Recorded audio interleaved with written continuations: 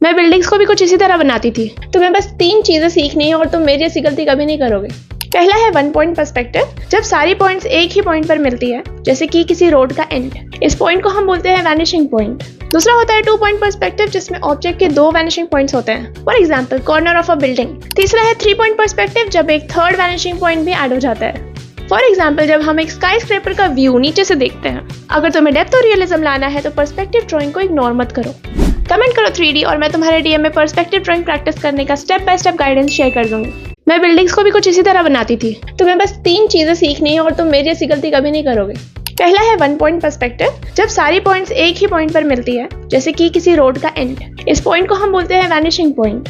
दूसरा होता है 2 पॉइंट पर्सपेक्टिव, जिसमें ऑब्जेक्ट के 2 वैनिशिंग पॉइंट्स होते हैं, for example corner of a building. तीसरा है 3 पॉइंट पर्सपेक्टिव, जब एक थर्ड वैनिशिंग पॉइंट भी ऐड हो जाता है, फॉर एग्जाम्पल जब हम एक स्काई स्क्रैपर का व्यू नीचे से देखते हैं। अगर तुम्हें डेप्थ और रियलिज्म लाना है तो पर्सपेक्टिव ड्राइंग को इग्नोर मत करो।